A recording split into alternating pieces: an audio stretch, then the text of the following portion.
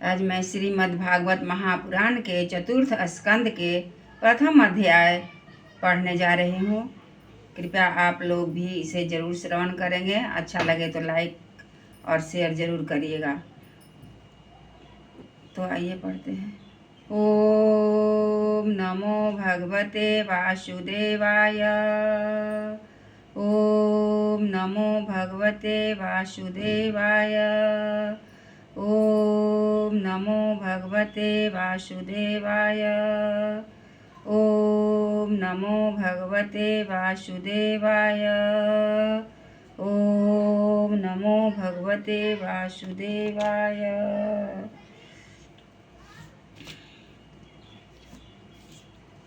श्री कृष्ण स्मरण।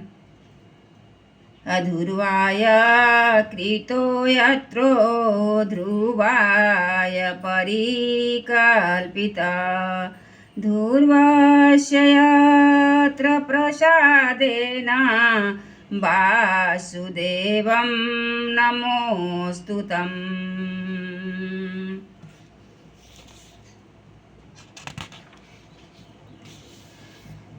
स्वयंभू मनु की कन्याओं के वंश का वर्णन। श्री मैत्रेय जी कहते हैं, विदुर जी, स्वयंभू मनु के महारानी शत्रुपा से प्रियव्रत और उत्तानपाद इन दो पुत्रों ने के सिवा 3 कन्याएं भी हुई थी। वे आकुति, देवहूति और प्रसूति नाम से विख्यात थी। आकुति का यद्यपि उसके भाई थे तो भी महारानी शत्रुपा की अनुमति से उन्होंने रुचि प्रजापति के साथ पुत्री का धर्म के अनुसार विवाह किया।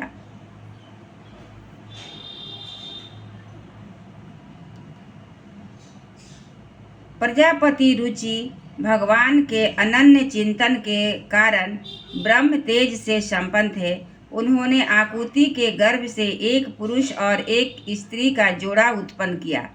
उनमें जो पुरुष था वह साक्षात यज्ञ स्वरूप धारी भगवान विष्णु थे और जो स्त्री थी वह भगवान से कभी अलग न रहने वाली लक्ष्मी की अंश स्वरूपा दक्षिणा थी। मनु जी अपनी पुत्री आकुति के उस परम तेजस्वी पुत्र को बड़ी प्रसन्नता से अपने घर ले आए और दक्षिणा को रुचि प्रजापति ने अपने पास रखा।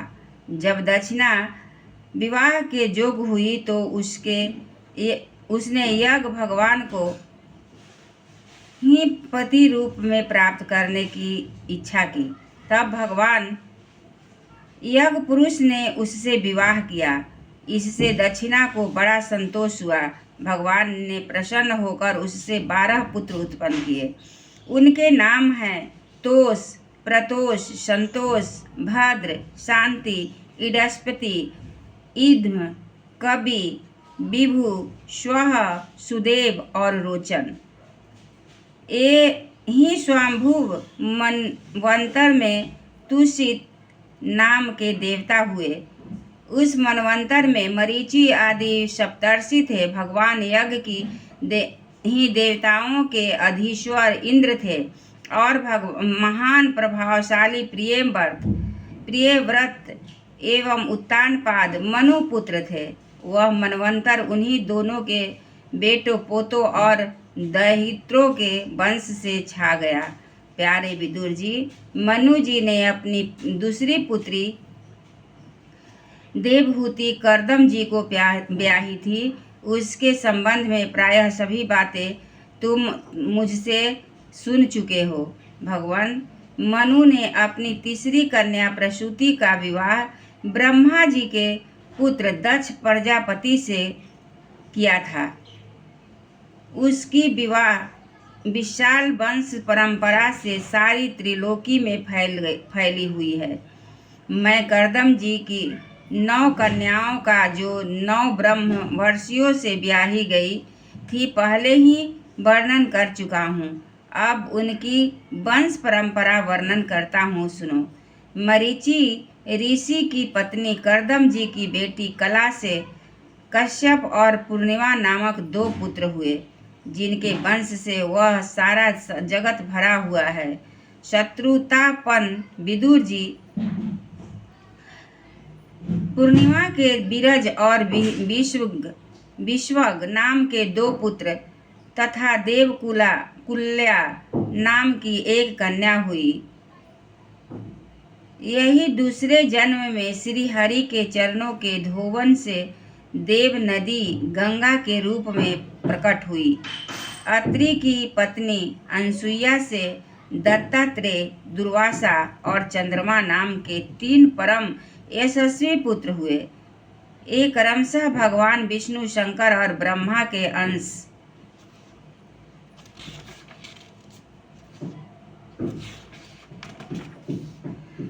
उत्पन्न हुए। विदुर जी ने पूछा, गुरुजी, कृपया यह बतलाइए कि जगत की उत्पत्ति, स्थिति और अंत करने वाले इन सर्वश्रेष्ठ देवों ने अत्रि मुनि के यहाँ क्या करने की इच्छा से अवतार लिया था?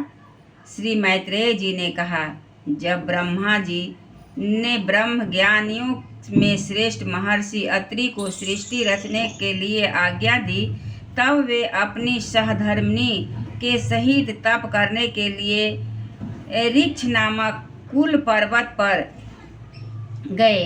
वहाँ पलाश और अशोक के वृक्षों का एक विशाल वन था। उसके सभी वृक्ष फूलों के गुच्छों से लदे थे तथा उसमें सब ओर निर्विघ्न नदी के जल की कलकल ध्वनि गूंजती रहती थी।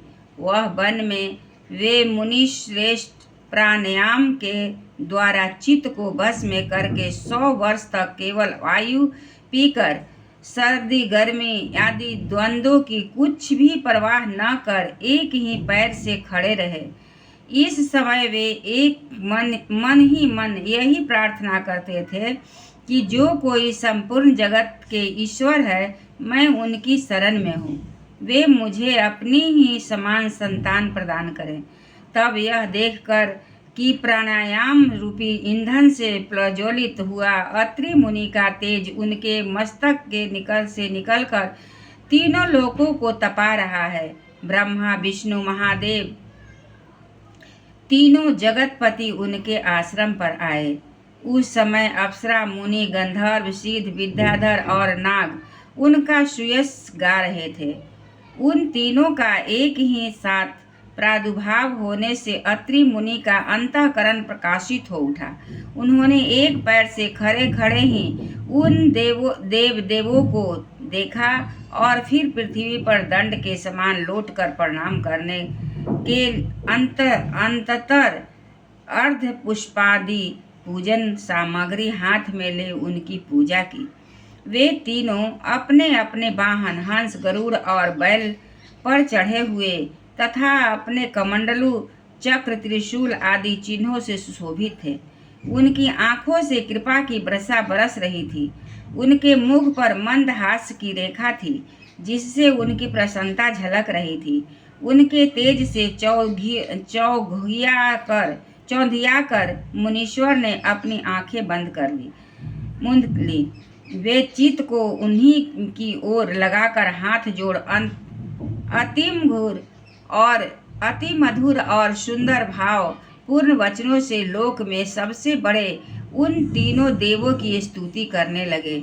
अत्रि मुनि ने कहा, भगवान, यह प्रत्येक कल्प के आरंभ, जगत की उत्पत्ति, स्थिति, लय के लिए जो माया के सत्वादि तीनों गुणों का विभाग करके भिन्न भिन्न शरीर धारण करते हैं, वे ब्रह्मा, विष्णु, महादेव आप ही हैं। मैं आपको प्रणाम करता हूँ।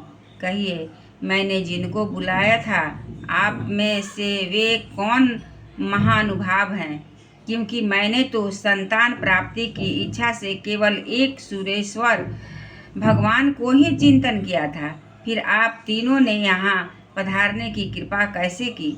आप लोगों तक तो देहधारियों के मन की भी गति नहीं गई है, इसलिए मुझे बड़ा आश्चर्य हो रहा है। आप लोग कृपा करके मुझे इसका रहस्य बतलाइए। श्री मैत्रेय जी कहते हैं, समर्थ विदुर जी, अत्रि मुनि के वचन सुनकर वे तीनों देव हंसे और उनसे सुमधुर वाणी से कहने लगे। देवताओं ने कहा, ब्राह्मण, तुम सत्य संकल्प हो, अतः तुमने जैसा संकल्प किया था वही होना चाहिए। उससे विपरीत कैसे हो सकता? तुम जिस जगदीश्वर का ध्यान करते थे वह हम तीनों ही हैं। प्रिय महर्षि, तुम्हारा कल्याण हो। तुम्हारे यहाँ हमारे ही अंश स्वरूप 3 जग विख्यात पुत्र उत्पन्न होंगे और तुम्हारे सुंदर यश का विस्तार करेंगे। उन्हें इस प्रकार अभीष्ट वर देकर तथा पति पत्नी दोनों से भली भांति पूजित होकर उनके देखते ही देखते वे तीनों सुरेश्वर अपने अपने लोकों को चले गए। ब्रह्मा जी के अंश से चंद्रमा, विष्णु के अंश से जोगवेता, दत्तात्रेय जी और महादेव जी के अंश से दुर्वासा ऋषि अत्रि के पुत्र रूप में प्रकट हुए। अब अंगिरा ऋषि की संतानों का वर्णन सुनो। अंगिरा की पत्नी श्रद्धा ने सीनी वाली, कुहू, राका और अनुमति इन 4 कन्याओं को जन्म दिया। इनके सिवाय उनके साक्षात भगवान अतथ्य जी तथा ब्रह्मनिष्ठ बृहस्पति जी ये 2 पुत्र भी थे, जो स्वारोचित मनवंतर में विख्यात हुए।